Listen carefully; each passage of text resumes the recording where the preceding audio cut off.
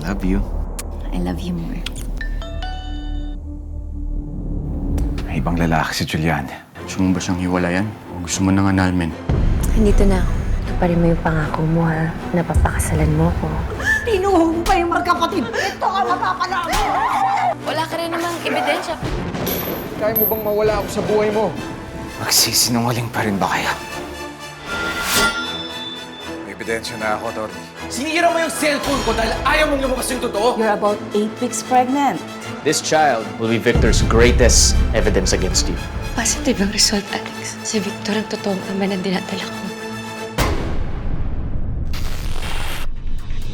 Alam mong anak ko yung daladala ni Juliana, pero tinago mo sa akin! Kung hindi kita mabibigyan ng anak, hindi ka magkakaanak sa kahit na sinong babae. Minuntis mo pa talaga, ha? Ako nga man ang pinagbubuntis mo. Gusto ko itakas ang anak ko.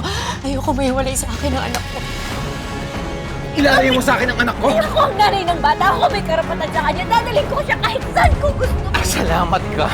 Iniisip ko yung kapakanan ni Abby kaya hindi pa kita pinapakulong. Hindi naman pwedeng habang buhay kayo magtago ni Abby. She deserves to have a normal life.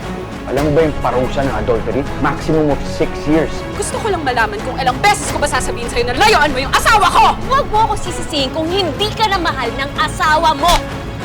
Hindi ka!